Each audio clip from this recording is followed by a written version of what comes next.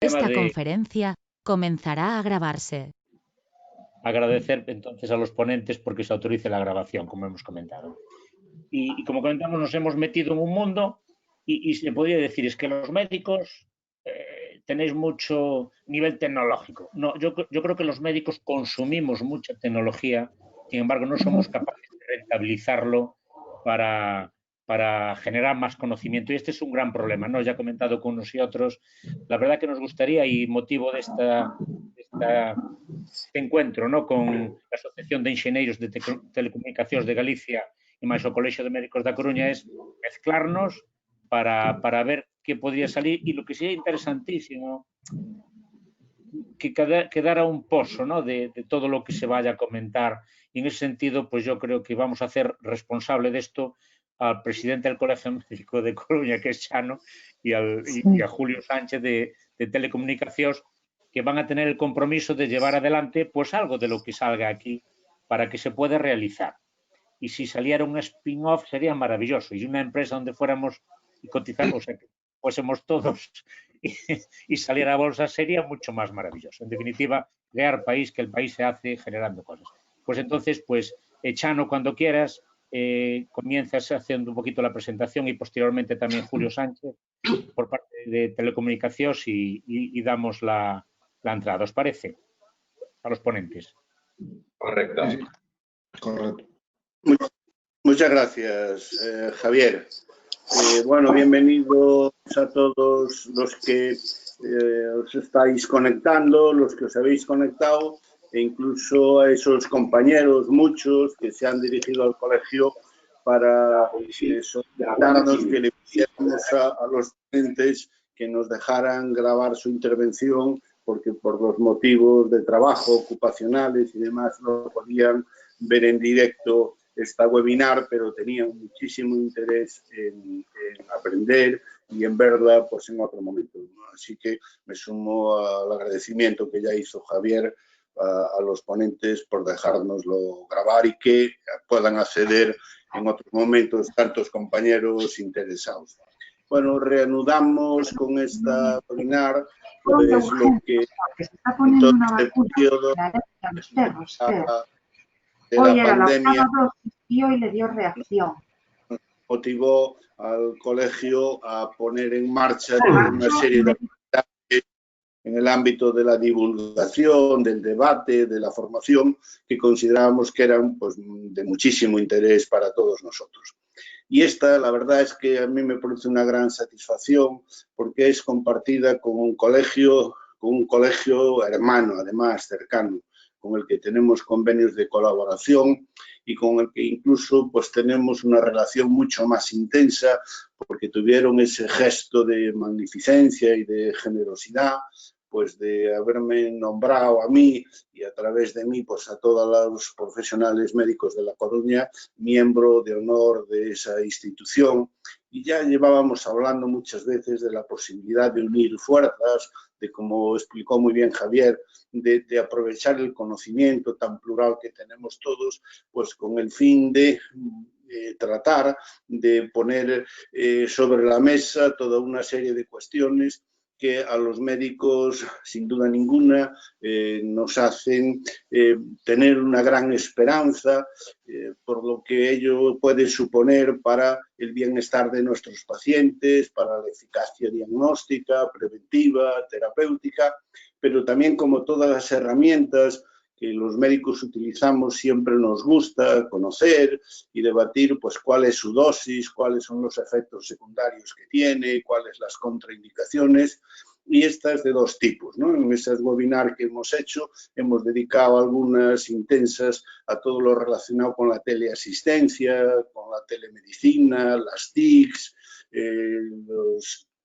la inteligencia artificial, los data group, y siempre vimos que siempre se abren esos debates éticos, jurídicos, que tanto nos preocupan a los profesionales, pues por las demandas que se puedan generar, sobre todo en base a que ciertos aspectos claves en la relación médico-paciente, como es la privacidad, el secreto, el consentimiento, pues creemos que algunas de estas herramientas, por lo menos en la situación actual, pues pueden no ser todo lo eficaces que desearíamos, y pues también aprendimos que hay un gran vacío legal en ese ámbito, en el ámbito de la legislación española.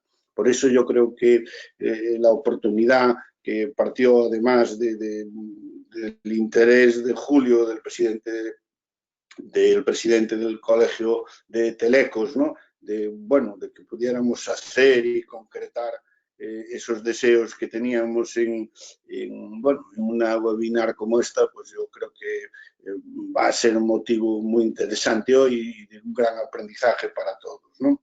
Mi agradecimiento nuevamente a Julio, a Sara Rodríguez, que es una ingeniera de telecomunicaciones y experta en salud digital, y también, como no, a Alejandro Pazos, que es un médico informático, un médico colegiado, un viejo amigo, un hombre que aúna esas dos facetas, la sensibilidad y el conocimiento clínico con la sensibilidad y el conocimiento biológico, y siempre orientado a ese beneficio del paciente.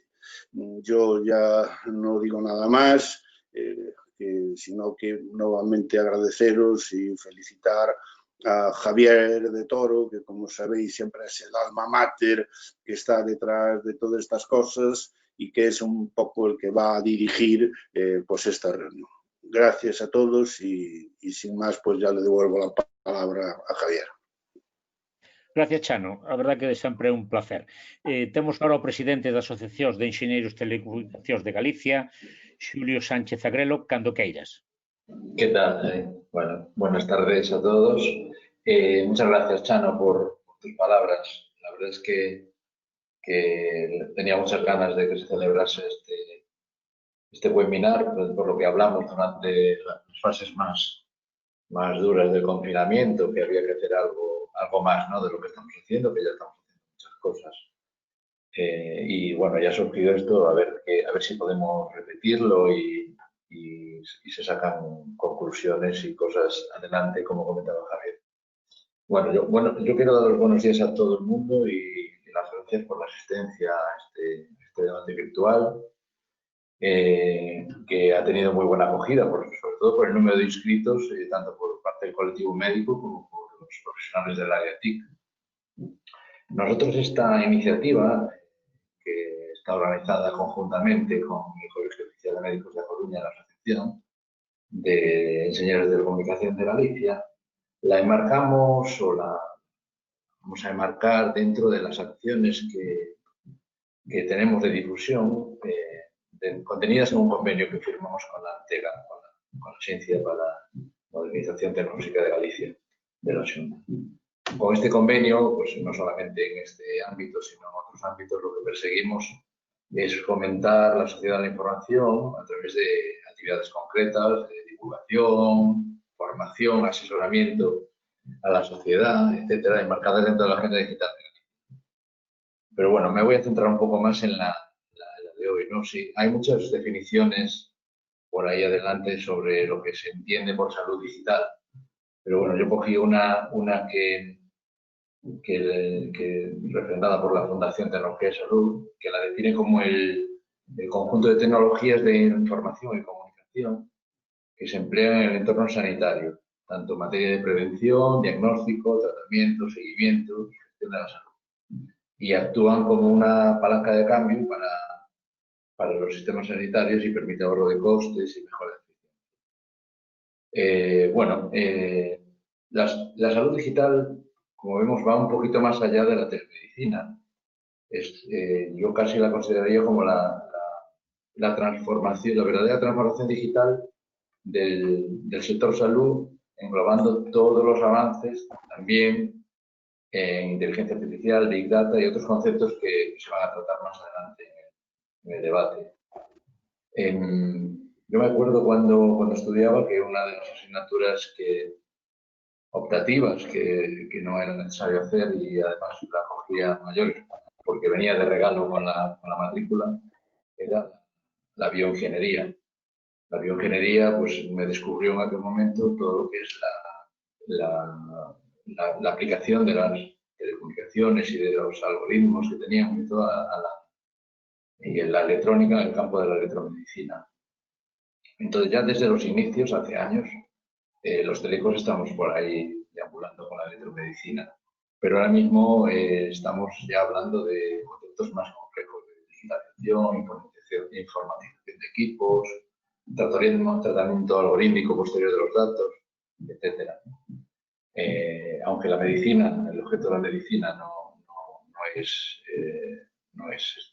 la informática, las comunicaciones, la tecnología de informática y comunicaciones ha estado siempre detrás de muchos de los avances en medicina y de proyectos enfocados a mejorar la calidad de la vida de las personas.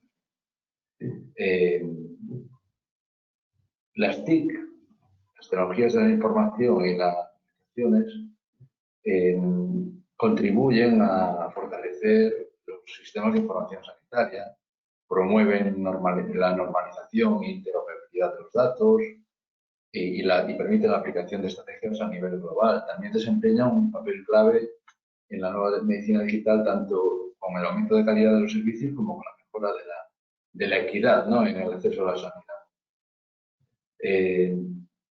La digitalización de la salud y el Internet de las cosas, lo que llamamos IoT, creo que pueden ser claves para el despliegue de soluciones de salud inteligente, ¿no? Porque creo que el objetivo es enfocar la prestación de servicios de manera sostenible. Y esto yo creo que lo vamos a conseguir si lo centramos en la persona y le facilitamos un nivel más alto de autogestión, como hospitalización a domicilio, asistencia compartida, atención basada en procesos, adherencias al tratamiento, automatización, etc. Esta digitalización de la salud y en particular el IoT aplicado a la salud, estoy convencido de que proporcionará la convergencia necesaria entre asistencia en el hospital, en el hogar y la red sociosanitaria. Y todo esto nos va a ayudar a mejorar el modelo sanitario. Bueno, no me quiero extender más ni hacer aquí de spoiler de lo que van a hablar nuestros ponentes invitados, que son realmente más expertos que yo en el tema, ¿no?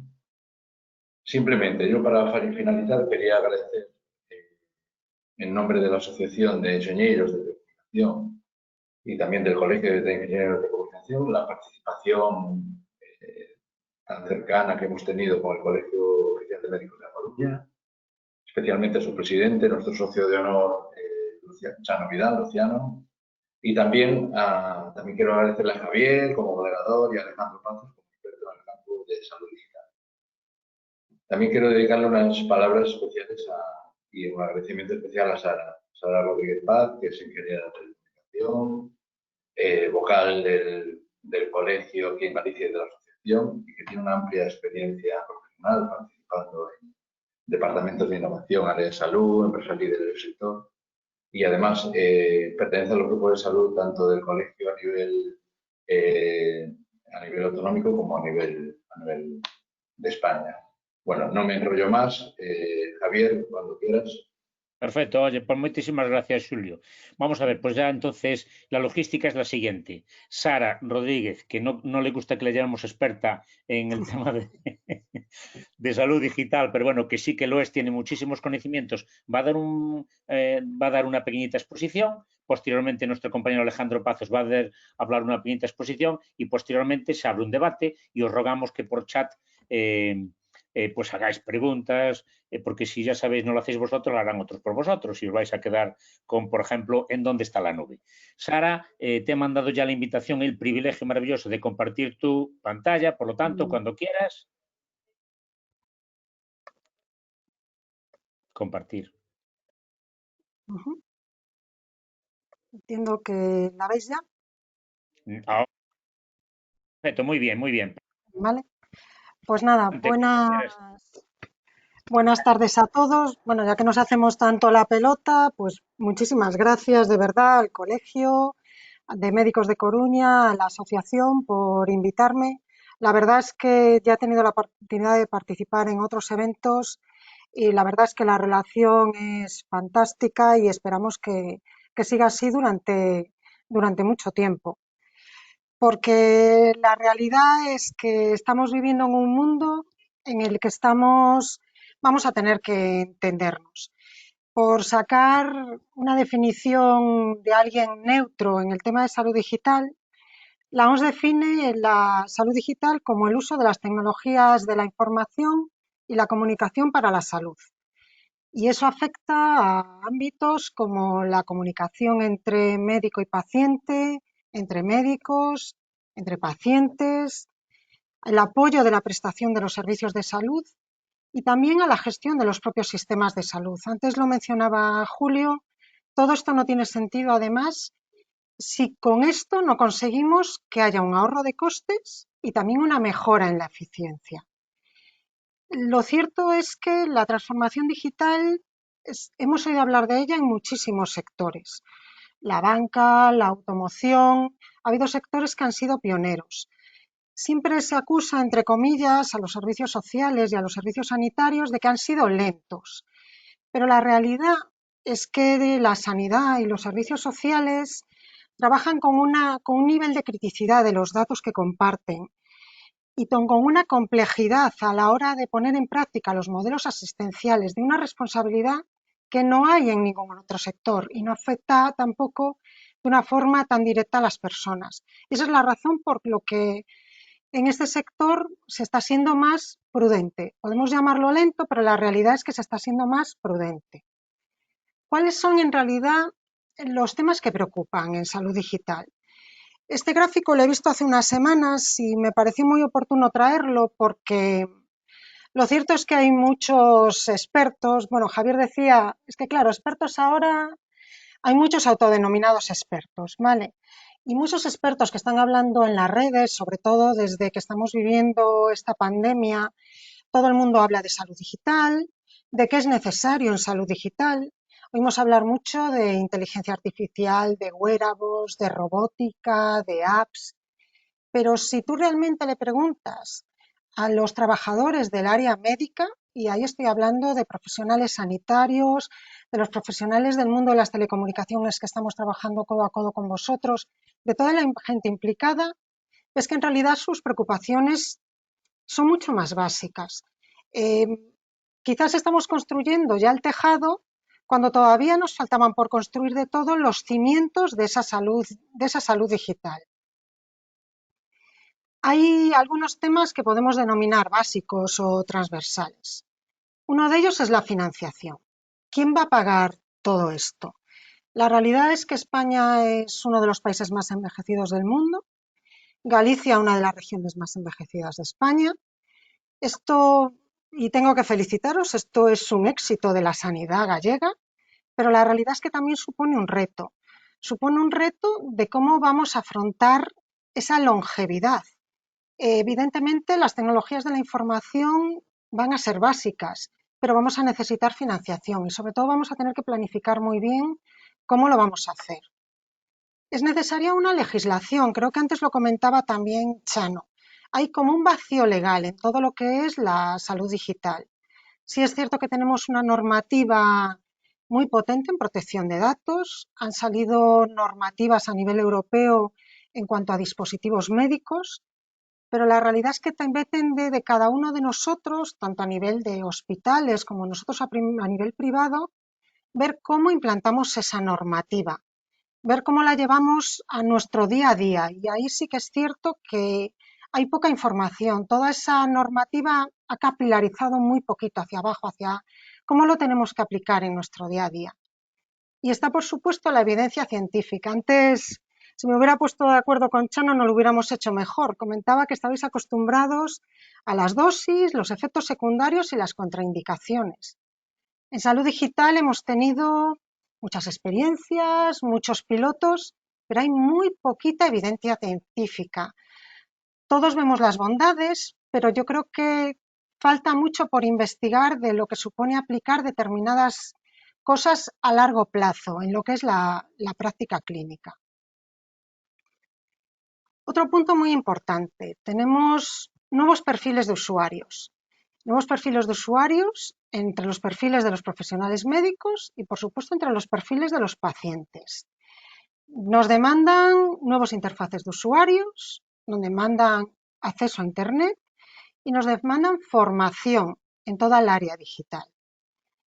¿Y esto por qué es? Pues porque hemos pasado de lo analógico a lo digital muy rápido. Como ingenieros de telecomunicación hemos visto un boom, un avance de las tecnologías en los últimos años que ha sido algo exponencial y va a seguir así. Pero eso nos ha llevado a que ya se ha empezado a denominar las generaciones digitales, que se suelen enfocar con edades.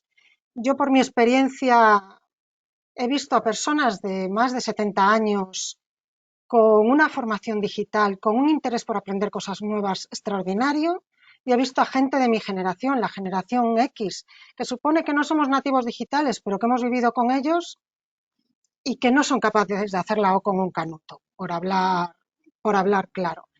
Pero sí es cierto que todos nos hemos visto en un cambio y que podemos dar lugar a diferentes generaciones entre profesionales, conviviendo el profesional y el paciente, o incluso entre tipos de pacientes. Y el paciente ha cambiado. El paciente ya no es paciente. Y lo digo en las dos acepciones que tiene la palabra paciente. El paciente ya no tiene paciencia. Lo digo como paciente, nunca hemos sido pacientes, pero la realidad es que ahora el mundo nos ha llevado a que a un golpe de clic tenemos el banco, tenemos las compras, podemos hacer cualquier cosa a golpe de Internet. Intuitivamente demandamos en muchos casos que la sanidad sea igual. Y eso genera una presión también a los profesionales sanitarios a los que tienen que responder. Y el paciente ya no es un sujeto paciente. Tendemos todos a buscar información en Internet antes de ir al médico, y cuando nos sentamos en la consulta o vemos cara a cara al médico, tenemos mucha información. Puede ser buena o puede ser mala información, pero la realidad es que los pacientes cada vez nos sentamos con más información delante de los médicos, y esto también genera que los médicos también tengan que tener acceso a todo ese tipo de información de una manera mucho más rápida. Es muy importante que haya sitios en los que la información esté de alguna manera controlada, que empiece a haber fuentes comunes que nos permitan compartir una información de calidad. Está el tema del acceso a Internet. Una de las cosas que más me sorprendió fue un día en una visita al hospital. Íbamos a presentar un dispositivo médico de recogida de biomedidas, y sentadas con un grupo de enfermeras a las que le estábamos presentando el producto, una de las primeras preguntas fue que cómo le funcionaba la Wi-Fi. La verdad es que las comunicaciones se han vuelto imprescindibles, tanto en el día a día del profesional sanitario como en el día a día de los pacientes. En Galicia tenemos la suerte, y en España en general, de tener unas redes de fibra de las más potentes del mundo.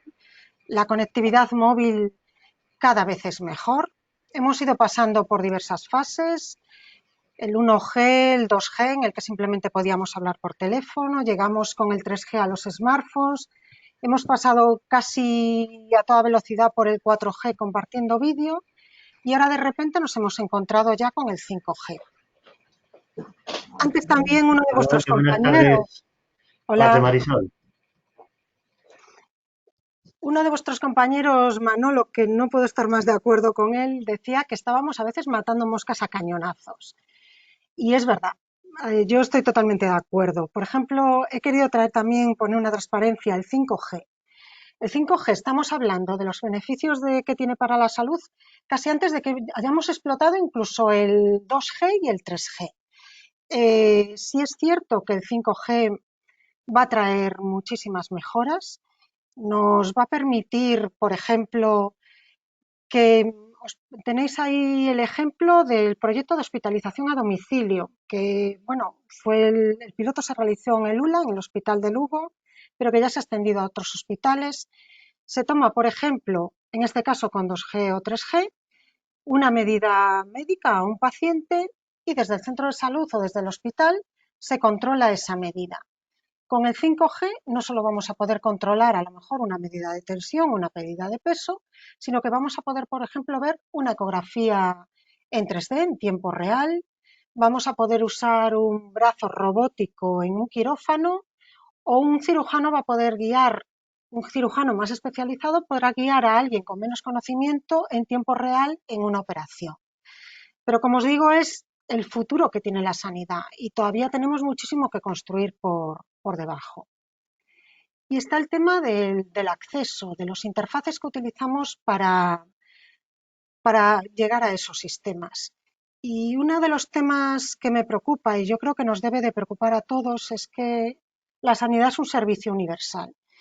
Y el problema es que en toda esta vorágine digital, en querer correr muy deprisa, corremos el riesgo de olvidarnos de aquellos que más necesitan la sanidad a día de hoy.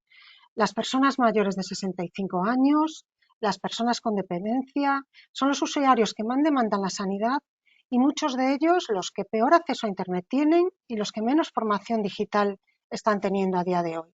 Tengamos en cuenta que cualquier proceso que creemos de salud digital tiene que estar pensando también en ellos, porque si vale para ellos, va a valer para todos nosotros.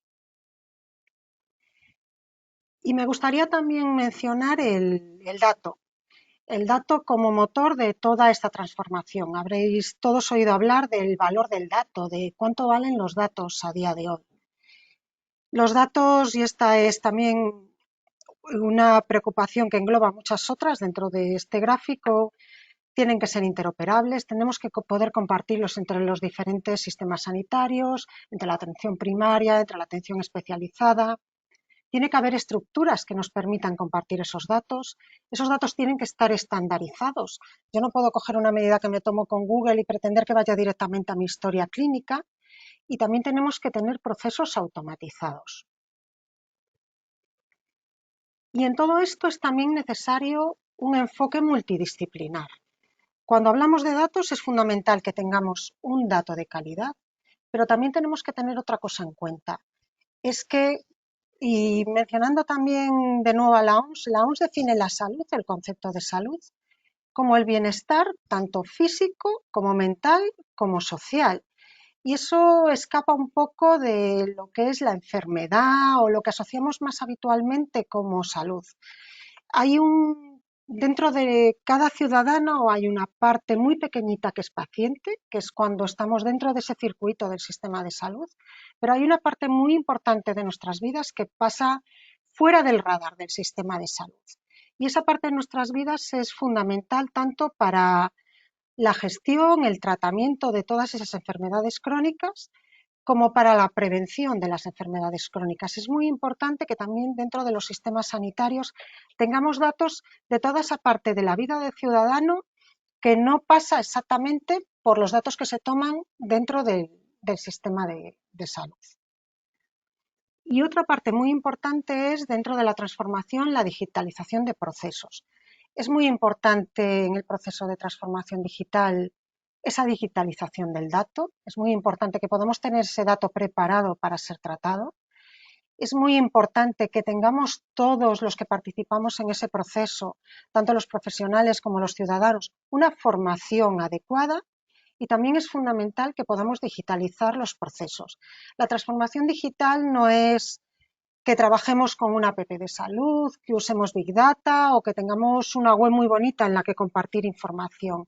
Esto es un cambio estructural en el que tenemos que aprender a redefinir cómo se prestan todos los procesos del sistema sanitario, y para eso tenemos que trabajar todos juntos. Para entender esta parte de digitalización he querido poner un ejemplo que espero que todos, o al menos la mayor parte de vosotros conocéis. Es el proyecto Telea que ha desarrollado el Sergas. Sé que muchos de vosotros lo conocéis con todo el cariño como el Tolea, porque soy consciente de que, como todos los arranques, fue complicado, necesitó mucho cariño por todas partes, pero la verdad es que es un ejemplo, y es un ejemplo no solo en Galicia, sino en toda España e incluso a nivel europeo, de la digitalización de un proceso asistencial.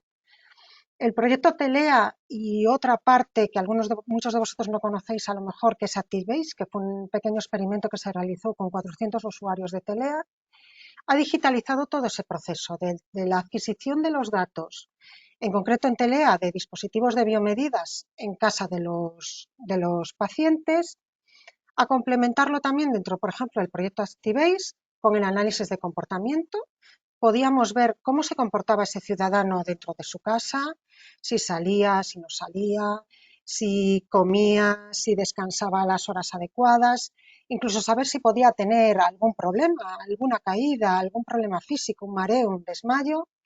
Dotamos también esas casas de dispositivos que nos permitían tener también alarmas tan sencillas como saber si había una inundación, fuego, un escape de gas.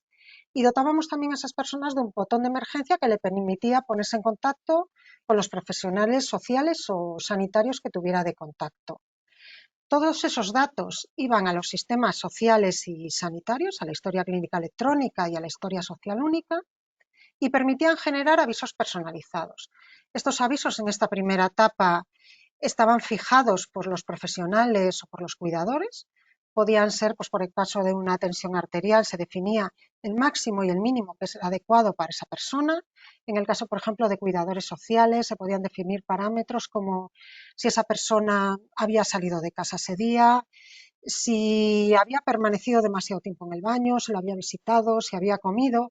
Todo esto se realizaba a mano y en el caso de que hubiera algún problema, el profesional sanitario o el profesional social era avisado. Esto ya era una primera parte de esa digitalización del proceso. Los profesionales no tenían que revisar toda la información, simplemente recibían un aviso si el sistema detectaba que había algún problema. Y luego, posteriormente, todos estos datos se integraban con los sistemas sociales, con los sistemas sanitarios o con otros sistemas que fueran de interés para tratarlos. ¿Cuál es la siguiente fase de todo este proceso? Pues que el sistema aprenda, que de esta parte de integración nosotros aprendamos qué es lo normal para ese usuario y el sistema pueda decidir cuáles son los avisos, las alertas adecuados para ese usuario. Todo eso con la supervisión de un profesional sanitario, pero intentando siempre pulir ese trabajo, ir facilitándole el trabajo a ese profesional para que sea más sencillo y pueda dedicarse a esos pacientes que necesitan más su tiempo y sus cuidados, pero que al mismo tiempo muchos otros pacientes estén cuidados y estén vigilados. Y me gustaría también cerrar esta presentación con un tema que no se trataba en ese estudio, pero creo que es fundamental. A lo mejor llamarlo riesgos es un poco excesivo, pero sí al menos un toque de atención. En todo lo que se refiere a la transformación digital, el secretario general de las Naciones Unidas ya avisaba de que debíamos de plantearnos determinados interrogantes como la seguridad, la equidad y los derechos humanos. Si nos lo tenemos que plantear en cualquier proceso de transformación digital, de banca o de automoción, ¿cómo no nos lo vamos a tener que plantear en cualquier cosa que tenga que ver con la salud y la seguridad de las personas? Es algo que tenemos que tener muy en cuenta y que yo creo que es lo que lo comentaba antes, es lo que ha hecho que la sanidad haya sido mucho más prudente en esta transformación, pero sinceramente yo creo que ahora es el momento de que todos empujemos y de que intentemos hacer las cosas poco a poco, de una forma segura, pero que avancemos. Bueno, y con esto os doy las gracias y bueno, quedo abierta al debate que espero que surja después de las ponencias. Claro, claro que sí, Sara, y te agradecemos primero tu presentación y esos gestos que has tenido de consideración a la importancia de la accesibilidad y otro muy importante para nosotros que es la equidad. Por lo tanto, pues bueno, has abierto un tema muy interesante. Ahora vamos a convertir en presentador a Alejandro Pazos y después se abre el debate, pero yo creo que ya has abierto varias consideraciones importantes. Alejandro, cuando quieras. Sí. No sé si se ve. Sí, minimiza esa pantalla azul porque la debes de tener por detrás. Ahora, presidente, pon la presentación. Te estamos viendo la pantalla, ¿eh? ¿Estáis viendo la pantalla? Sí, pero... A ver si... Sí, simplemente con que pongas la presentación en la pantalla ya la veríamos. Sí, ya la tengo. Ahora, ahí la tienes. Perfecto. ¿Se ve bien ahora? Vemos ahí a un equipo maravilloso. Eso, Hablando pues de ese. equipo, Vale, son los pues ese es. nuestros, ¿no? Ahí está. Esos Ahí son está, los adelante. mejores. Esos Venga, son los cuando mejores. quieras. Ahí está. Cuando quieras, Vamos a ver. Alejandro. Sí, un segundo que le voy a ver cómo pongo para atrás todo esto otro, para que no me estorbe a mí. Te digo, te explico. Las herramientas de GoToMeeting tienes dos flechitas, una frente Sí. a la otra, enfrentadas. Si le picas ahí, se minimiza. No, pero no. Vamos a ver, espera un segundo. Es que esta herramienta de GoToMeeting es la primera vez, bueno, la probamos el otro día, no la había usado nunca. Sí. Vamos a ver. En las dos, esas. Bueno. Sí, hay dos flechitas pequeñitas oblicuas enfrentadas y así Sí, te la recoges. las estoy usando, pero no me. No me deja ver toda la pantalla a mí. Pero bueno, no me las pone delante de la pantalla. Sí. No hay una opción para ponerlo detrás. No. Siempre las tendrás, pero las tienes en una esquinita si quieres. Es que se pueden compilar, se pueden. Sí, entonces lo que quería era poner más pequeña la otra para ver toda la pantalla. Pero bueno, me puedo arreglar de otra manera. Seguro. No lo dudamos, Sí, no lo dudamos. Espera un segundo que me arreglo de otra manera.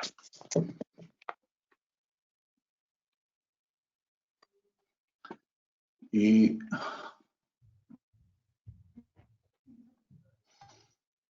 esta manera. Esta mano que mece la cuna, ¿eh?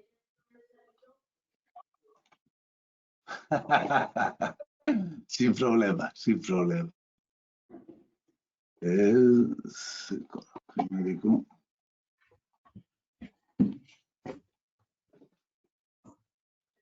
Mientras tanto, Ok. ¿Está? Vale. Ya está. Ya lo lo tienes. tengo controlado. Perfecto. Sí, empezamos ya con la primera de las transparencias. Bueno, en primer lugar, perdonar este tiempo que os hice perder y daros las gracias al colegio y a la asociación y, bueno, pues las personas, sobre todo de ti, Javier, y de Luciano, que me habéis invitado a ofrecer esta charla y ya adelantando la felicitación a Sara por su excelente presentación previa. Yo lo que voy a intentar hacer es pues arrimar un poco el ascua a mi sardina, en el sentido de que lo que presentaré será algunas de las facetas que tienen que ver con mi labor como investigador y como docente, en el sentido de que muchas de las cuestiones que yo voy a presentar pues me han surgido o las he aprendido, por decirlo de alguna manera, o las he apreciado en el desarrollo de mi labor, más que de investigador, de persona que está preocupada por la transferencia de los conocimientos y de los desarrollos que se hacen en los laboratorios de investigación al sector productivo, en este caso al sector sanitario. Me importan en este momento tanto la excelencia científica como la utilidad de las cosas que hagamos y que podamos aportar para, a fin de cuentas, lo que todos deseamos, que es mejorar la calidad asistencial y hacer más sostenibles los sistemas públicos de salud en este ánimo de pues mejorar la calidad de vida de las personas. Es un poco lo que subyace a todo el trabajo que nosotros desarrollamos. Ahí estamos, es una foto antigua, donde ya hay algunos miembros que han empezado a volar solos, pero que todavía los recordamos con cariño, por eso he mantenido la foto, aunque ya tenemos alguna más reciente, bueno, pues he mantenido esta foto para que se vea un poquito. Somos muchos más, el grupo somos unos 35 o 40 miembros, de los cuales pues unos 25 o 30 son ya doctores y profesores de la universidad. Y bueno, pues trabajamos en muchos ámbitos. Nuestra línea transversal es la inteligencia artificial y las aplicaciones de la misma en distintos ámbitos. Y el 80-85% de los desarrollos que hacemos están en el ámbito de la intersección de las TIC con las ciencias de la vida. Ya sin más presentación, lo que quería, entrando ya un poco en tema, en relación con el título y lo que se espera de la charla, pues estamos con la situación, o cómo vemos la situación del proceso asistencial en la actualidad. Hay unos aspectos, unos eventos que están cambiando de forma bastante radical la acción asistencial. Uno de ellos, habrá más, pero para mí de los tres principales son la relación paciente con el personal sanitario asistencial. Cada vez más nos dirigimos a una situación en la que el paciente es el centro del proceso asistencial. En otro momento lo han sido los profesionales sanitarios y en otros momentos han sido otras personas o otras organizaciones incluso, pero en estos momentos se está poniendo al paciente y cada vez más, como digo, como centro del proceso asistencial. Y entonces hay que dotarle de herramientas también, como veremos luego, y hay que protegerlo en cierta medida porque va a tener que tomar muchas decisiones que, bueno, pues a priori pudieran no haber recibido la formación suficiente como para tomarlas. Otra de las cuestiones es la etiología o las causas de los procesos patológicos que van cambiando en cuanto a su dimensión a lo largo del tiempo. Se pasó de un nivel sistémico a un nivel orgánico, luego se han pasado a la patología de los tejidos.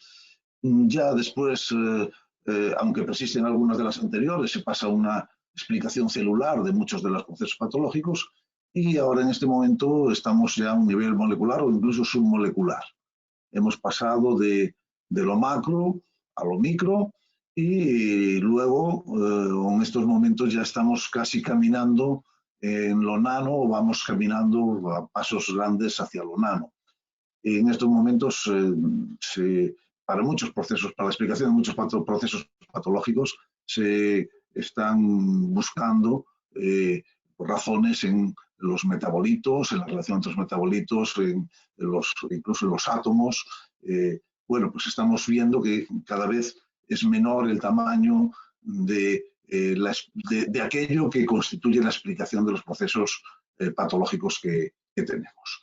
Y otra de las cuestiones que están también cambiando esta acción asistencial son los avances científicos y tecnológicos. Estamos en una completa explosión de conocimiento con una rapidez inusitada. Yo creo que te oí decir a ti, no sé si a ti o a Quique, que también anda por ahí, a Quique Míguez, no sé, en la charla la maravillosa charla que impartió ayer en Ferrol, la que tuve el placer de asistir acerca del COVID, en los últimos meses, pues no sé, son 35.000 artículos relacionados con COVID han aparecido en los medios, en las revistas especializadas. Todas estas, algunas tienen más peso que otras tienen más credibilidad que otras, pero en gran medida muchas de ellas van a tener avances en cuanto a lo que es el proceso asistencial. Estoy intentando ajustar la cámara. Sí. Bueno, lo siguiente que me gustaría comentar es que una de las cuestiones que han realmente producido un punto de inflexión en lo que es entender la etiología de muchas de las patologías, es el proyecto del genoma humano. Que bueno, como todos sabéis, no voy a entrar en, lo dejo ahí porque me han pedido también esta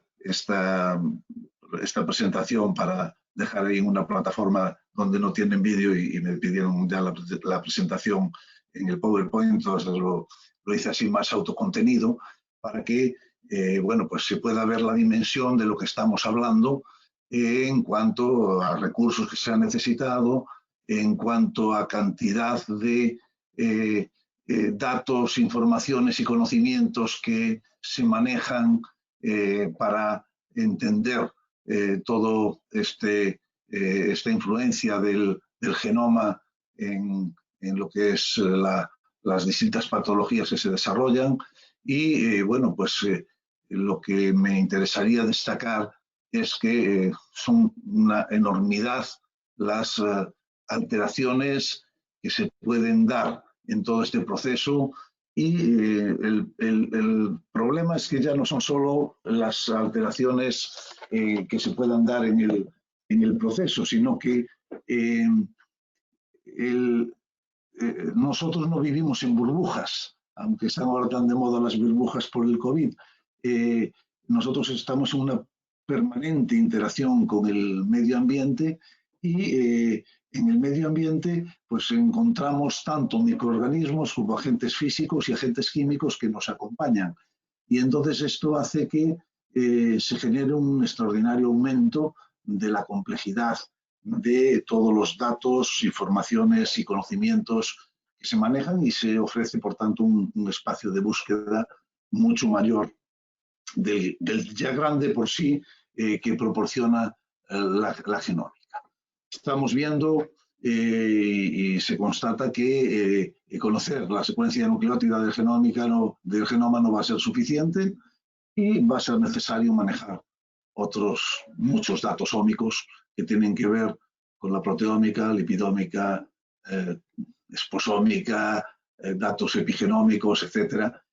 Y además todos estos datos va a haber que integrarlos con datos procedentes de otras fuentes heterogéneas, como puede ser la historia clínica, los dispositivos IoT, la imagen médica, que va a tener también un protagonismo, está teniendo ya, y va a tener todavía un protagonismo mayor en el futuro inmediato de lo que es el proceso asistencial, etc. O sea que de lo que quiero transmitir es que va a haber una enorme cantidad de datos.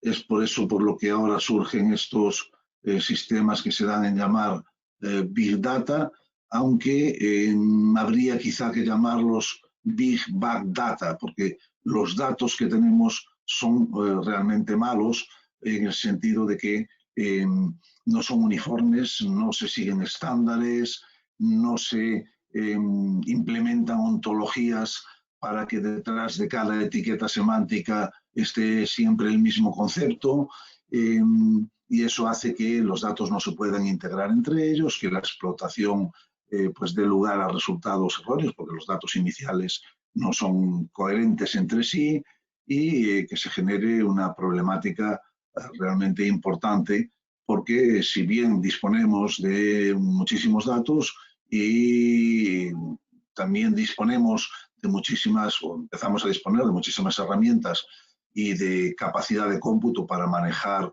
estos datos, obviamente si se manejan mal los datos, los resultados pues es difícil que lleguen a ser buenos.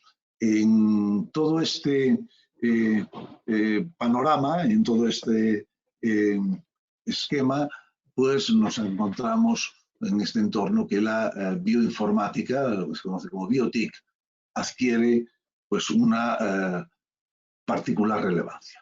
Empezando por el que permite avances en el estudio de las omics, de las que ya hemos citado antes, de la genómica, proteómica, lipidómica, esposómica, etcétera, y también permite avances en las TIC, donde se manejan herramientas estructurales como ya hemos visto que nos ha presentado Sara,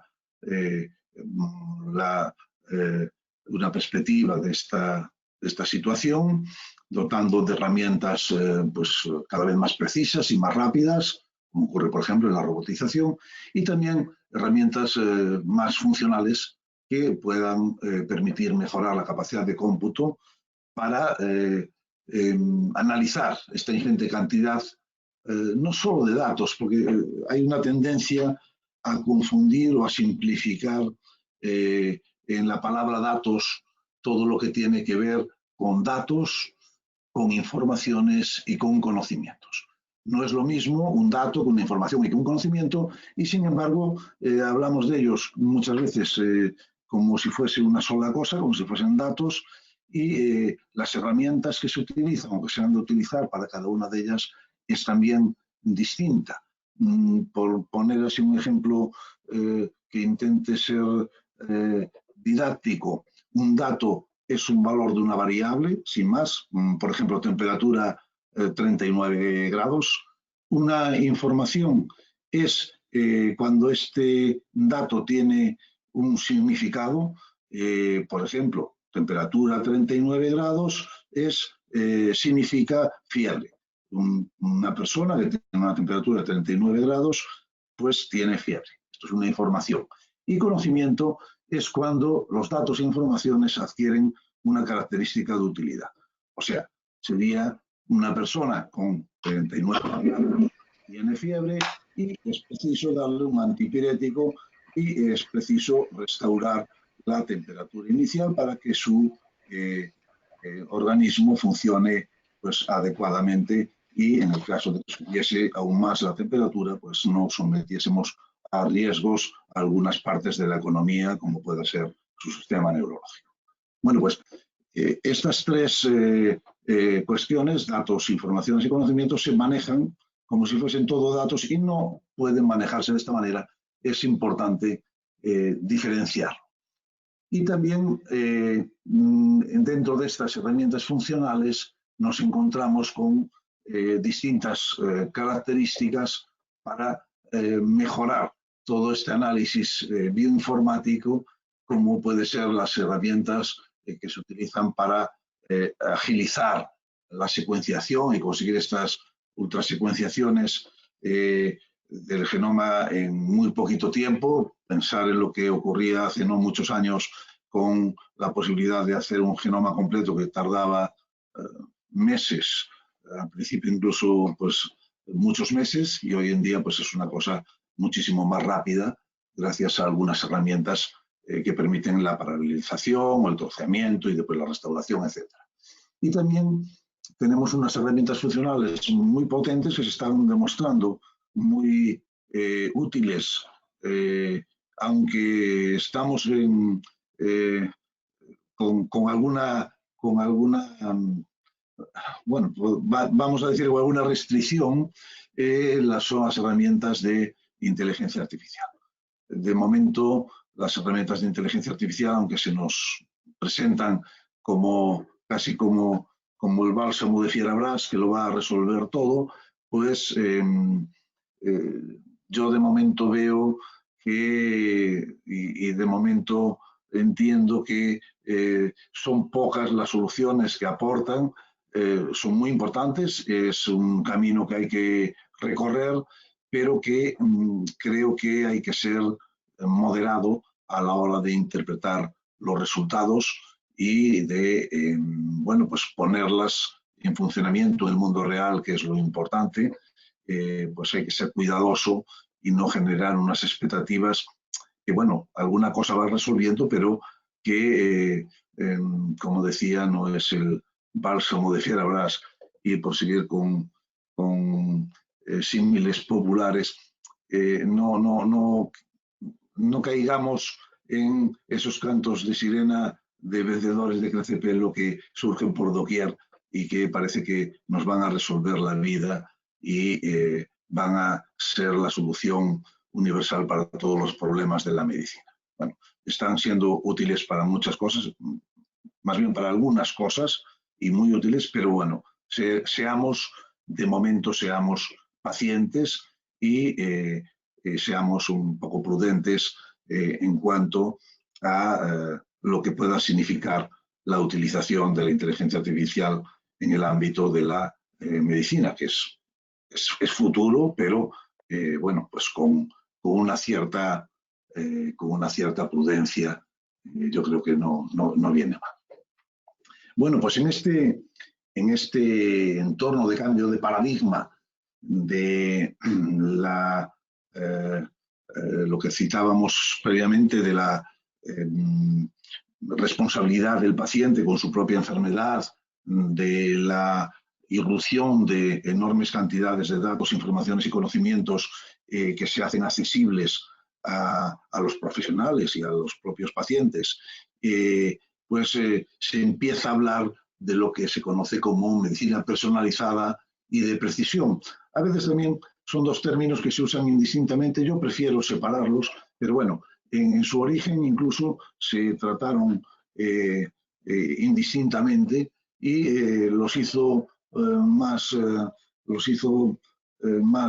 conocidos por el común de los mortales el presidente Obama en 2016, que lo incluyó entre sus objetivos con el objeto de crear un nuevo modelo de atención y un nuevo modelo de investigación que permitiese avanzar en el conocimiento del paciente ligado al ecosistema en el que se desenvuelve.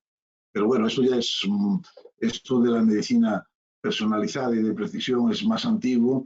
Ya la FDA en el 98 autorizó un fármaco, el Herceptin, que se utilizaba para las personas que tenían mutado el gen HER2 en cáncer de mama y que este medicamento en estas personas era muy eficiente, no siéndolo en el resto de las personas afectadas por este cáncer que no tenían este gen mutado. Y con esta autorización empezó lo que se pusieron las bases quizá o el concepto de lo que es la medicina personalizada. La medicina personalizada se puede entender que son los procesos clínicos asistenciales de prevención, diagnóstico, terapia, control y seguimiento que se hacen ad hoc para cada persona o para grupos específicos de personas en función de tanto sus características ómicas como de la interacción de estas personas con su propio entorno. Y me voy a referir a la medicina de precisión separándola, aunque ya digo que muchas veces se tratan conjuntamente, cuando yo entiendo por precisión cuando se opta por realizar los actos asistenciales de la forma menos intrusiva y con los menores efectos colaterales adversos posibles.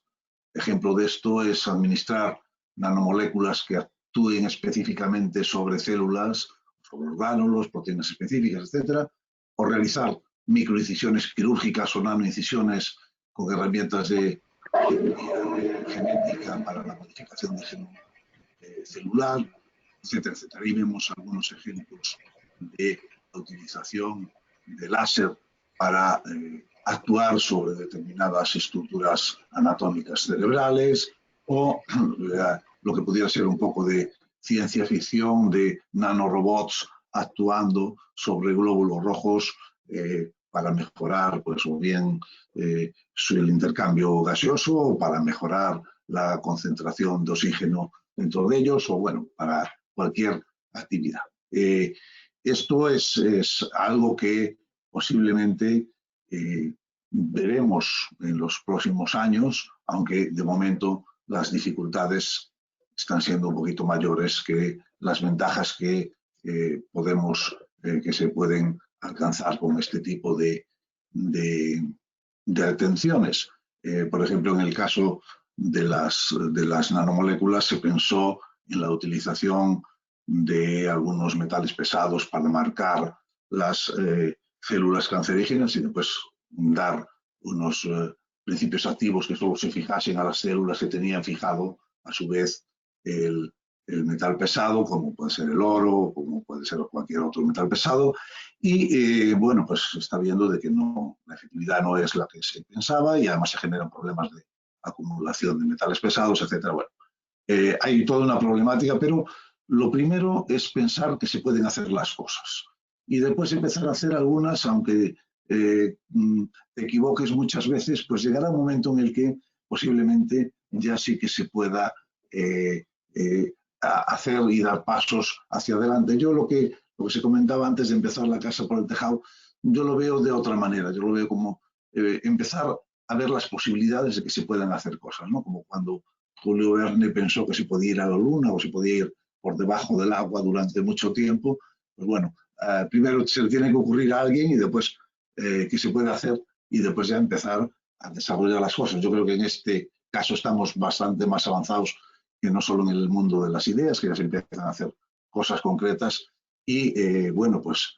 entramos en el mundo o vamos a entrar inexorablemente, probablemente más antes que tarde, pues entraremos en lo que se conoce como la salud digital y que tendrá todos estos componentes que estamos ahí viendo y que tienen que ver con lo que comentaba de las OMIs, con la imagen médica, con el Big Data, con sensores, con, bueno, todo este tipo, toda esta amalgama de facetas que van a incorporarse de forma seguro con los, ahí estamos, con los conceptos de la salud digital.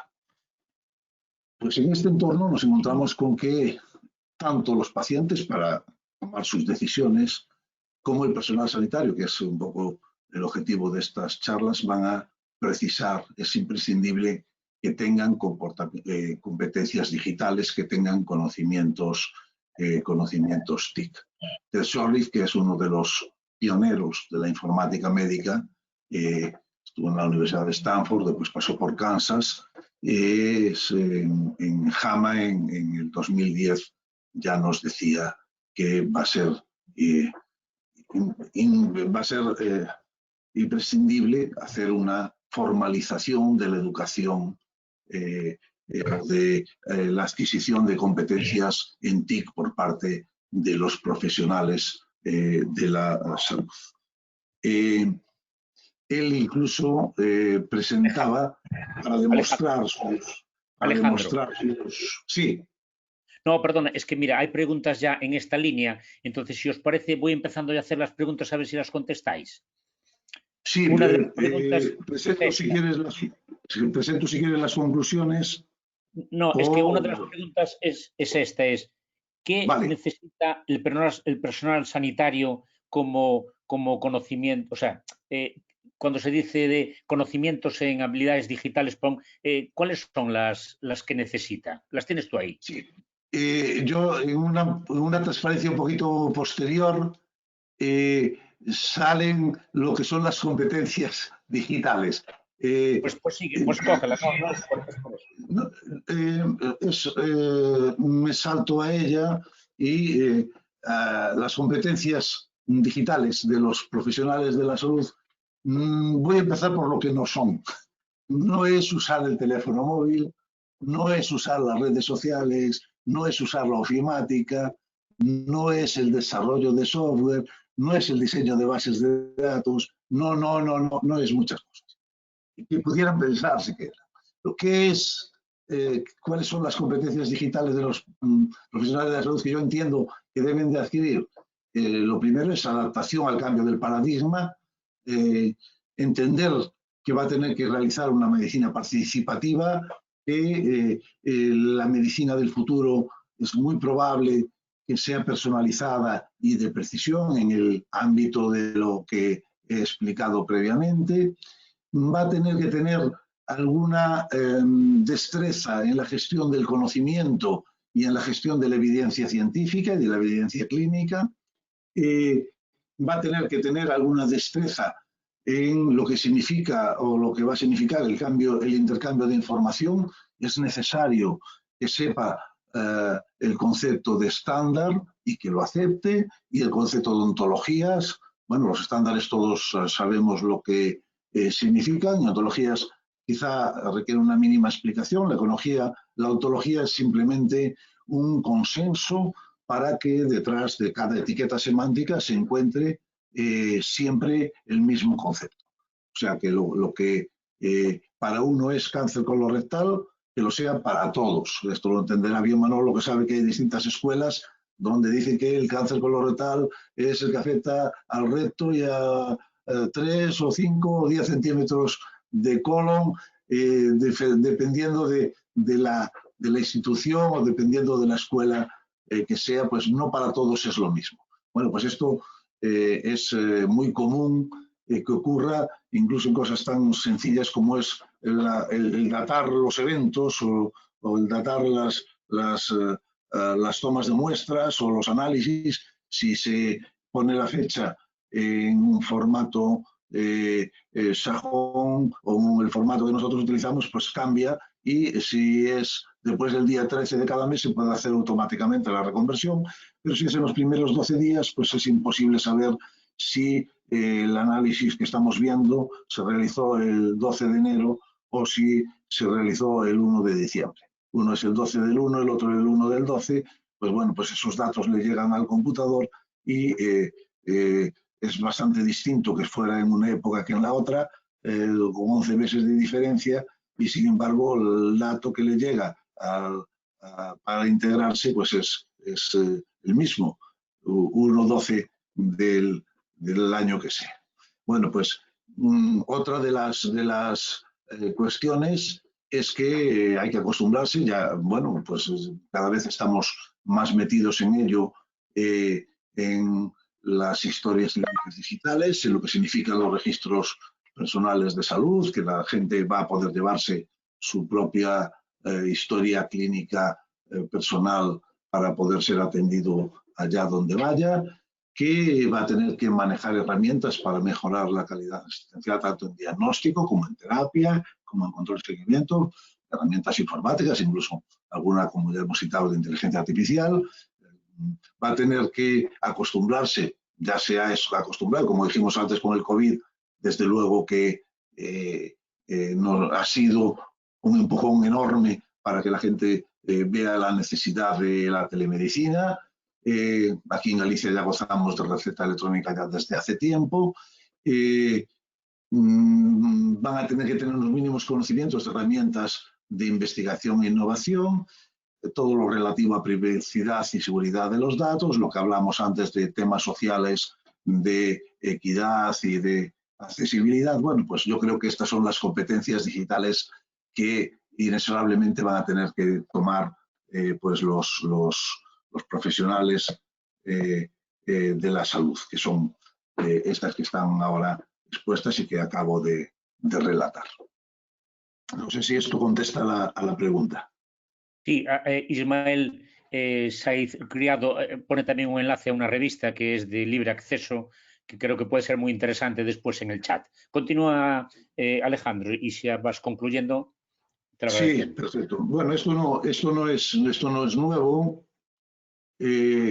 Ya desde mediados del siglo pasado hay informes acerca del uso de los computadores, tanto en biología como en medicina, pero ha habido en el desarrollo y en el devenir de la evolución de las TIC, ha habido un enorme gap entre sectores, y el sector salud lleva un poquito de retraso sobre otros sectores. Sin embargo, el 75% de los pacientes y usuarios de los servicios de salud esperan disponer de servicios de salud digitales en el futuro. ¿Por qué son necesarias estas competencias que hablamos antes?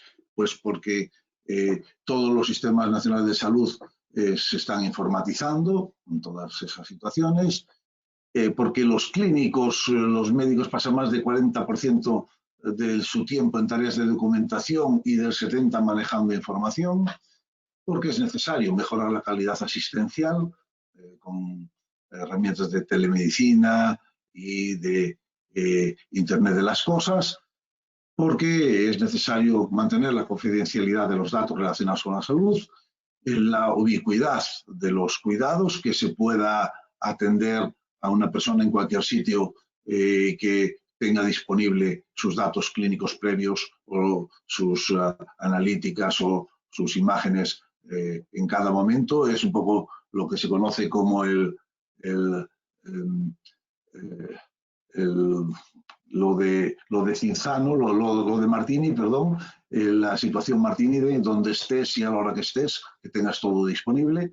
La necesidad de atajar en tiempo real las amenazas de salud pública, la hemos padecido ahora mismo, alertas sanitarias, el nuevo perfil de ciudadano que va a demandar servicios online, el uso de datos de investigación médica y clínica y un incremento exponencial del conocimiento biomédico y el desarrollo de la medicina personalizada y de precisión. Bueno, los mecanismos para formar en competencias digitales son en varios niveles, no voy a entrar en ello porque vamos mal de tiempo. Vamos a irnos a las conclusiones, tal como me has pedido, Javier, y las conclusiones que se pueden sacar es que cada vez más el paciente será el centro del proceso asistencial, la actividad asistencial caminará inequívocamente hacia la medicina personalizada y de precisión. Uno de los principales problemas para la eficiente atención en salud será la integración de ingentes cantidades de datos, informaciones y conocimiento de fuentes heterogéneas para su adecuado análisis. Las principales herramientas de las que dispondrá el personal asistencial van a venir de la investigación en la intersección entre ciencias de la vida y tecnologías de la información y las comunicaciones, y es imprescindible alfabetizar en tecnologías de la información y las comunicaciones tanto a los pacientes como a los profesionales y crear un marco de competencias digitales para profesionales de la salud. Las facultades de medicina en este momento tienen una gran eficiencia en formar a los profesionales de la medicina del siglo XX. Pero yo creo que pecan de ineficiencia a la hora de formar a los profesionales del siglo XXI. Creo que es necesario una pequeña revolución como está habiendo en los principales centros de formación médicos del mundo, como Harvard o como Stanford, donde hay alianzas, verdaderas alianzas entre los hospitales y los centros de tecnologías de la información y las comunicaciones para desarrollar este tipo de medicina. Y aquí, en Coruña, precisamente, tenemos una situación privilegiada, porque tenemos un excelente hospital, un excelente complejo hospitalario con profesionales que a lo largo de los años han demostrado una enorme calidad que viene demostrada por la cantidad de trasplantes, por los datos de los distintos servicios que componen el complejo hospitalario, que prestan una extraordinaria asistencia, y además tenemos una extraordinaria facultad de informática donde hay grupos punteros en cantidad y calidad que son referencia internacional y que se podría conseguir esta alianza muy fácilmente y bueno, pues creo que se hace imprescindible romper las inercias que atan a las facultades de medicina clásicas y ofrecer una nueva perspectiva de una facultad de medicina que tenga en cuenta todo esto que estamos hablando y que tenga en cuenta el futuro de la asistencia médica. Lo que está claro es que la sociedad actual demanda nuevos servicios sociosanitarios que implican un cambio en el modelo actual para hacerlo de calidad, eficiente y sostenible. Las tecnologías de la información y las comunicaciones, entre comillas, un poco la que está más destacando, la que brilla más, es la inteligente, es una de las bases que van a permitir este cambio. Por mi parte nada más y muchas gracias por vuestra atención. Y muchas gracias, Alejandro. Y ahora hablando ya con Sara, porque el chat, como suele decir en los encuentros deportivos, está calentito. Esto último que has comentado, Alejandro, ¿qué hace falta? ¿Qué hace falta? ¿Qué hace falta? ¿Un lugar para unirse? Yo digo el conocimiento de los clínicos, el conocimiento de los ingenieros, de los informáticos. Cuando vivimos el mundo virtual, ¿es necesario un espacio físico, una jornada de puertas abiertas? ¿Cuál es tu propuesta? Y también quería saber a Sara cuál es su opinión. Mi propuesta son todas las que has dicho, empezando por una alfabetización y una introducción a estas tecnologías por parte del personal asistencial e incluso por parte de los propios pacientes, que si tienen que tomar decisiones tienen que tener herramientas para poderlas tomar bien. Lo segundo sería lo que acabo de comentar de las facultades de medicina. Es necesario que las facultades de medicina formen a los médicos en la medicina del siglo XXI. Ya llevamos 20 años en el siglo XXI y es necesario que se incorporen a las asignaturas, a las materias que se imparten, pues todo esto que he hablado referente a la medicina personalizada y medicina de precisión. Y con las componentes de las omics y de las tecnologías de la información y las comunicaciones. Lo que están haciendo por el mundo adelante es que ya hay una especialidad médica en Estados Unidos reconocida que tiene que ver con las tecnologías de la información y las comunicaciones en el ámbito biomédico. Ya han incorporado a la formación, al cuerpo de materias que constituyen la formación de los médicos, ya se han incorporado asignaturas en este sentido. O sea, es necesario la formación de todos los actores que participan en este ámbito y por ello, pues aparte de esto que es más formal, pues también todo este tipo de webinars o de MOOCs o de todo este tipo de enseñanza virtual pues, y presencial, también congresos y bueno, pues todo lo que venga es bienvenido y es necesario porque la tarea que queda por delante es grande y es de un enorme esfuerzo. Entonces todo está bien. Yo, si me permitís un momento, evidentemente la formación es fundamental y todo lo que nos puedan aportar en la carrera, incluso todos los conocimientos que vayamos adquiriendo después son fundamentales, pero cuando hablamos de nuevas tecnologías, cuando hablamos de medicina, yo creo que va a ser casi imposible que llevemos esto adelante si no aprendemos a trabajar de una forma colaborativa. En la medicina hay novedades todos los días, en tecnologías de la información también. Yo creo que lo ideal es que empecemos a acostumbrarnos a trabajar en equipos, no solo equipos de profesionales sanitarios, equipos mixtos en los que puedan participar ingenieros, personas especializadas en tecnología y en comunicaciones, y que aprendamos mucho los unos de los otros.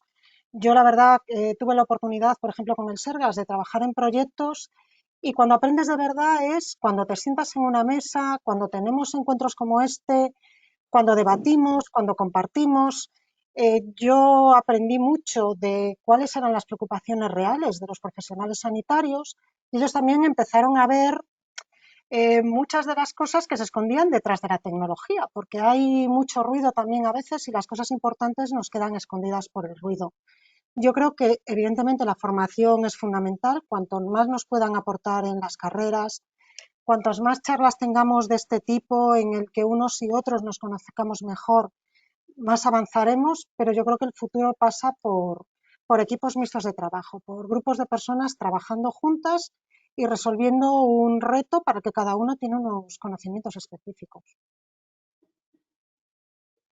Sí, perfecto. Entonces, nos queda una tarea por delante. Hemos hablado y tenemos que recoger lo que habéis comentado. Ahí tenemos a Chano y a Julio. Desde el colegio hemos hecho ya hace 2 años una cosita que se llama MEL, Laboratorio de Emprendimiento Médico, en donde mezclamos médicos, ingenieros, abogados, diseñadores, comerciales y, bueno, aprendimos unas cuantas cosas. Porque, claro, habláis de Internet de las cosas, pero el Internet de las cosas y saber lo que es el Internet de las cosas. Por lo tanto, yo creo que tenemos ahí, recogemos ese tema. Mirad, una cosa que ya habéis comentado y que va todo a la vez, y son varias cuestiones en una. Uno, ¿en dónde está la nube? 2, cada vez hay muchos más datos que hay que almacenar. 3, uno de los grandes inconvenientes siempre fueron las baterías. Hay problemas con los problemas de almacenamiento. Y 4, hay riesgos de privacidad y confidencialidad, de lo que ya ha insistido también Alejandro, de que no es lo mismo dato, la información y el conocimiento. Son varias, ¿eh? Bueno, yo si quieres lo que te digo es que obviamente todo lo que circula es vulnerable. O sea que todo dato, información o conocimiento que se mueva es susceptible de ser interceptado o de ser corrompido. Esto es así. Y cuanto más facilidad se dé para la circulación de estos DIC, pues más vulnerables van a ser. Pero bueno, esto es como cuando decían al principio de las compras por internet, de que las tarjetas que te tal, bueno, hombre, yo creo que era bastante menos seguro pues las bacaladeras aquellas que usaban para coger la tarjeta al principio. O todos tenemos la imagen de las historias clínicas en los contenedores de basura de Pontevedra, en aquel momento me parece que fue, y todos los que hemos vivido en un hospital sabemos la vida hospitalaria, sabemos cómo era el tema de las historias clínicas antes y cómo es el tema de las historias clínicas ahora más o menos digitalizadas, ¿no? Que hay peligro, claro, pero que yo creo que mucho menos de lo que había antes y que va a haber siempre riesgos, por supuesto, pero también se están desarrollando cada vez más sistemas para poder prevenir y para poder afrontar estos riesgos, aunque bueno, la carrera siempre va a ser del que avanza y el que intenta romper la seguridad del que avanza. Esto es así la cosa, ¿no? No tiene otra solución. Sara, ¿tú quieres opinar en relación a este punto? Bueno, el tema de la privacidad, la verdad es que es muy delicado. Y lo cierto es que también a toda el área sanitaria se le está pidiendo una exigencia bueno, que es normal, pero que, bueno, a veces ves aparecer cosas, pues como nos ha pasado hace muy poco con la app de rastreo de COVID. Se le exigía un nivel de acceso mínimo a los datos que no estamos exigiendo a cantidad de apps que nos descargamos en el día a día en el móvil y que les damos acceso a las fotos de nuestros hijos, al WhatsApp, a un montón de cosas que no necesitan ni tienen por qué acceder y que le damos a aceptar sin ninguna prevención. ¿Que con la salud debemos de tener más cuidado? Pues obviamente, pero lo cierto es que también hay una normativa muy específica que también tenemos que conocer y ser los primeros como usuarios en aplicarla y perder ese miedo también a compartir los datos cuando los estamos compartiendo en un entorno seguro. Y yo lo que conozco de los sistemas sanitarios son entornos muy, muy seguros. Tienen un cuidado exquisito con este tema. Yo creo que cualquier cosa de verdad que venga del sistema sanitario podemos estar muy tranquilos en este sentido. Mira, una pregunta. ¿En dónde está la nube? Además de las Azores, como un anticiclón. No, ahora que está sobre nosotros, la borrascales.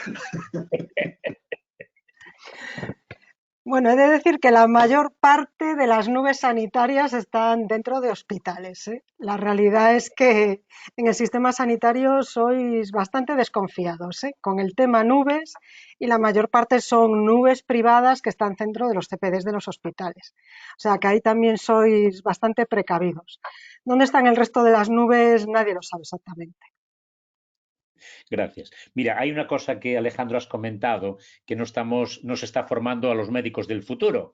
Entonces, con todo esto tema de datos, de información, de la mejora de la conectividad, como nos comentó Sara, con el 5G, que casi va a haber mucha más información pululando por ahí, la relación médico-paciente, ¿cómo se va a ver comprometida?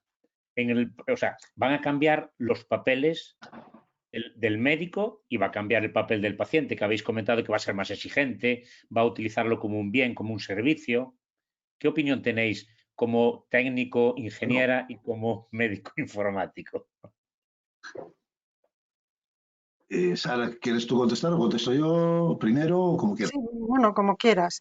A ver, la relación médico-paciente nunca se va a perder. O sea, toda la salud está basada en esa relación entre el médico-paciente. Lo único que va a cambiar es el formato. Creo que antes lo comentaba que nos vamos a acostumbrar a esa salud de tenerla disponible a todas horas. Pues no sé si yo podré hablar con mi médico, pues por una videoconferencia, lo haré presencialmente, me cruzaré un correo, un WhatsApp o no sé qué formatos tendremos dentro de 5 años. Pero lo básico, esa comunicación médico-paciente, yo creo que no va a cambiar. Lo único que va a cambiar es el canal a través del que establezcamos esa comunicación. Pero como nos están cambiando los canales con muchos otros servicios y con otras muchas cosas que usamos.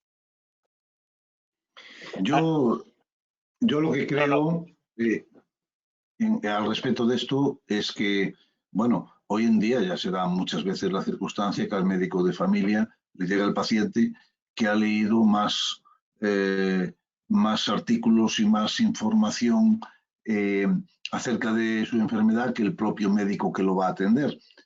Pero ahí está la diferencia de lo que yo decía.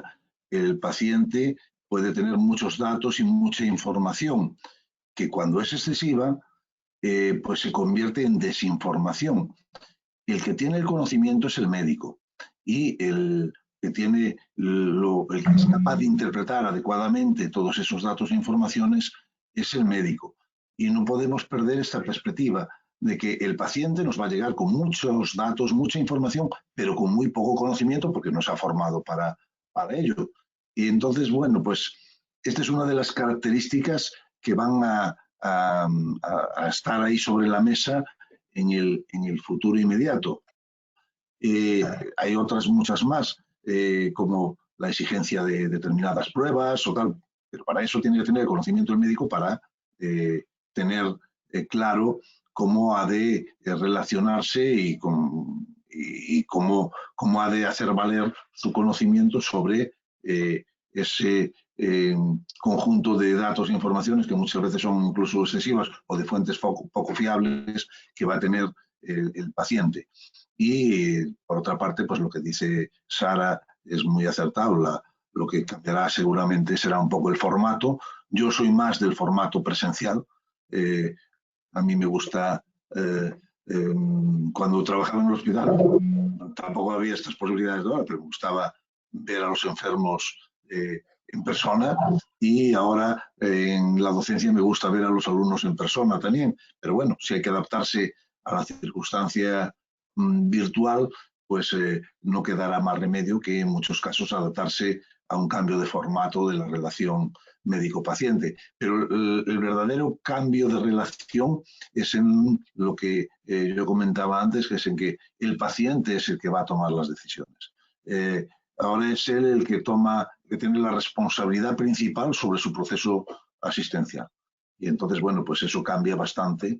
Antes era otra relación más, el médico hacía o determinaba lo que le parecía oportuno, independientemente de lo que el paciente a veces pudiera pensar o decidir.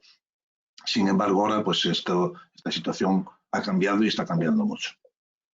Sí, hay algún apunte en el foro en relación a que el tema de la seguridad, que estemos tranquilos porque en lo de la nube, que en muchas ocasiones es mucho más seguro que lo que podamos tener en ocasiones en el PC.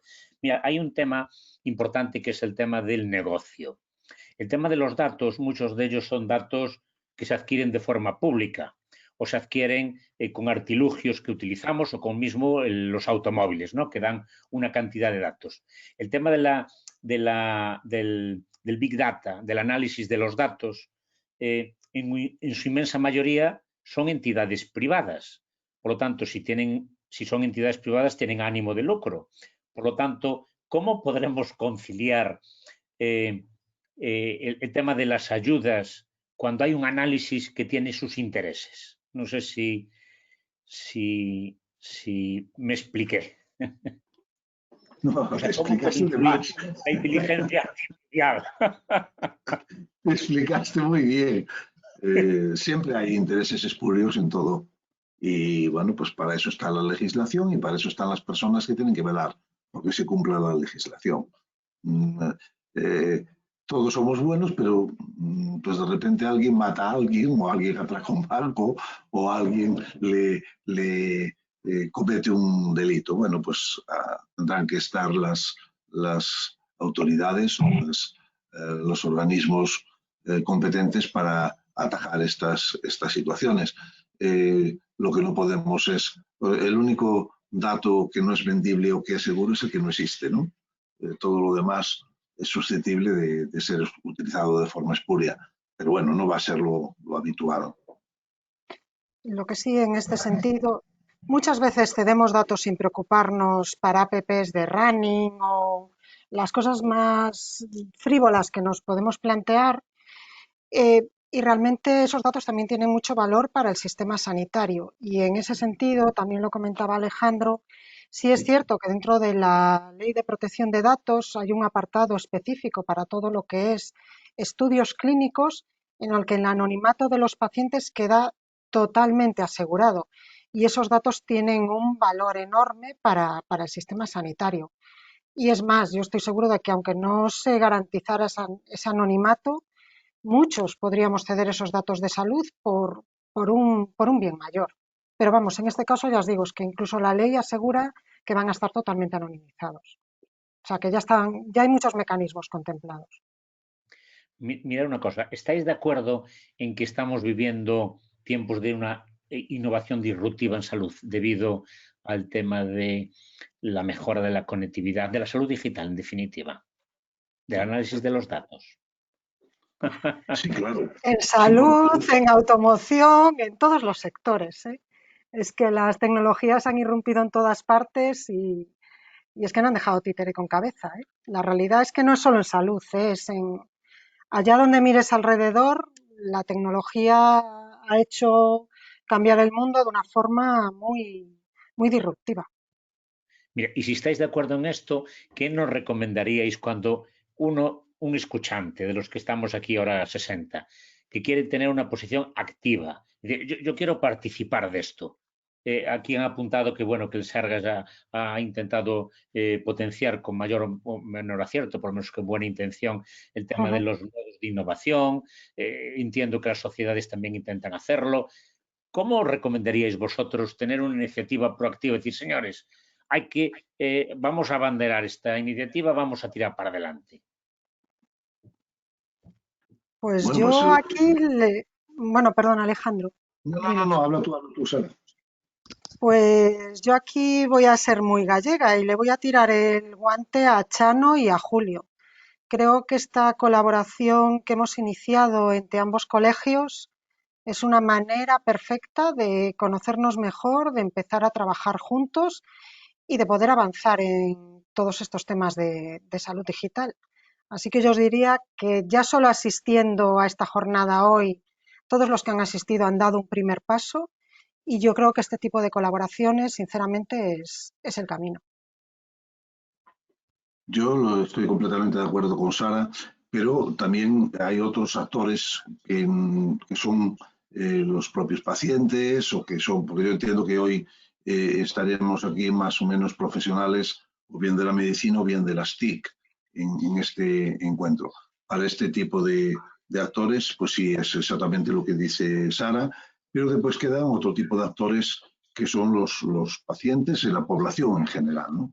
Y para eso, pues son las autoridades sanitarias y las autoridades políticas las que tienen que tomar iniciativas de cara a esta facilitación de los medios necesarios para participar de esta disrupción, como tú le llamabas previamente, que no tiene ningún sentido peyorativo, sino que es un cambio brusco y que bueno, pues nos tienen que poner las herramientas, tienen que poner a disposición de la población las herramientas para poder participar de la misma y también darle una alfabetización, como comentaba antes, una formación a la población general y a los profesionales.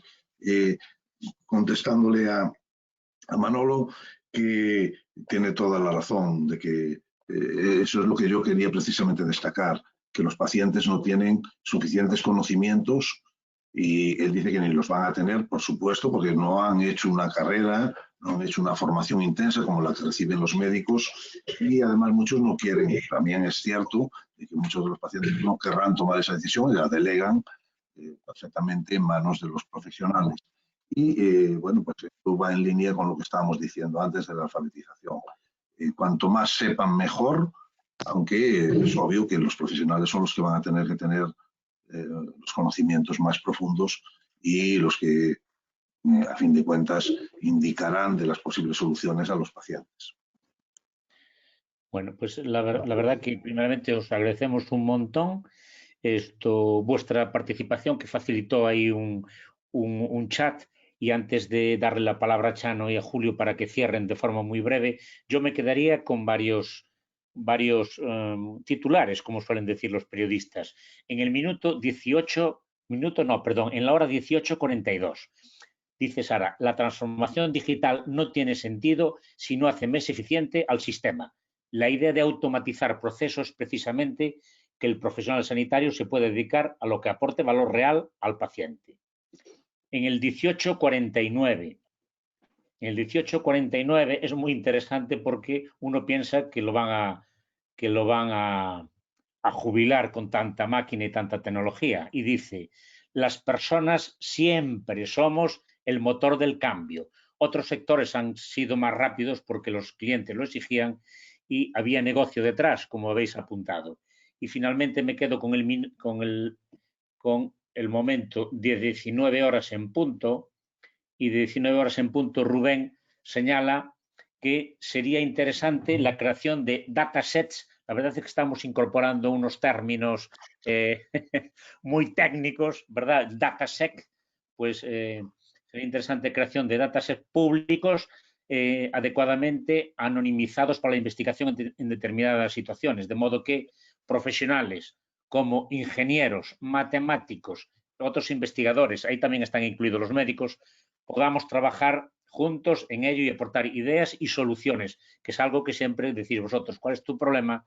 Para poner nuestra solución. Aportar ideas, soluciones prácticas, algo que lo hacen con alguna plataforma como Kaggle, que yo no la conozco, pero debe ser interesantísima y debemos de conocer. Por lo tanto, muchísimas gracias a vosotros dos, Alejandro, Sara, Alejandro, a todo el público que estamos ahí detrás. Y ahora, pues, Julio y Chano, cerremos con una cantidad de tareas que os lleváis impresionante. Muchas gracias.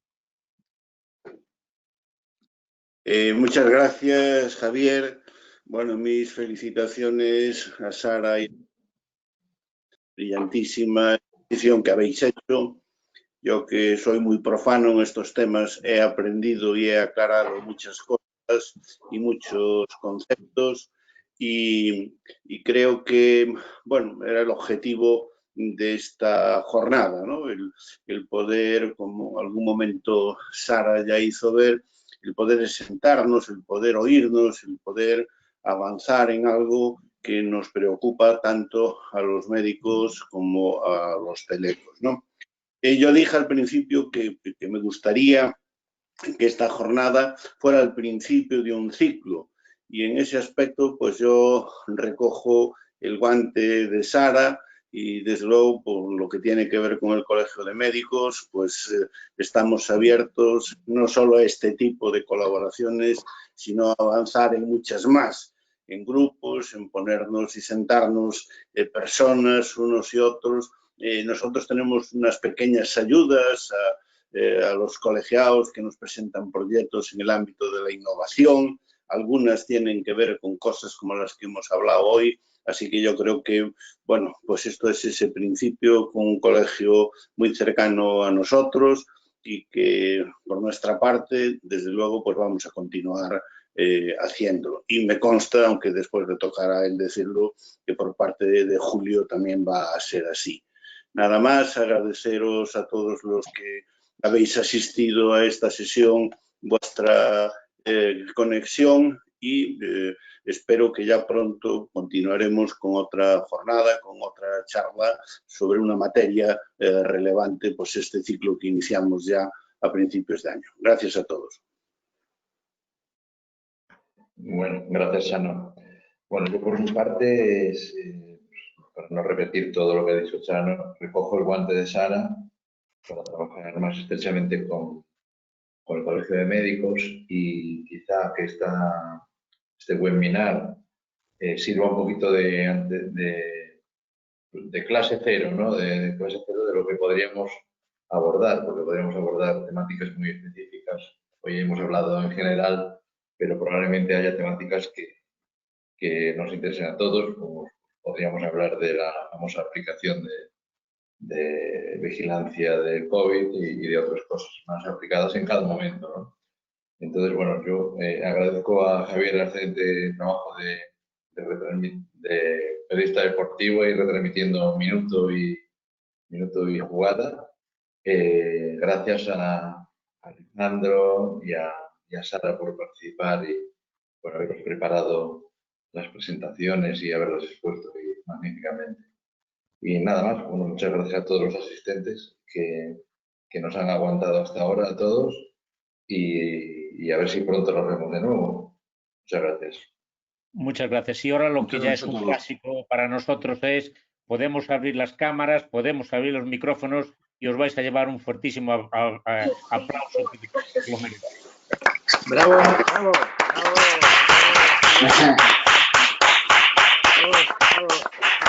Muy bien, muy bien.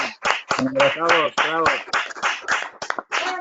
bravos. Bravos.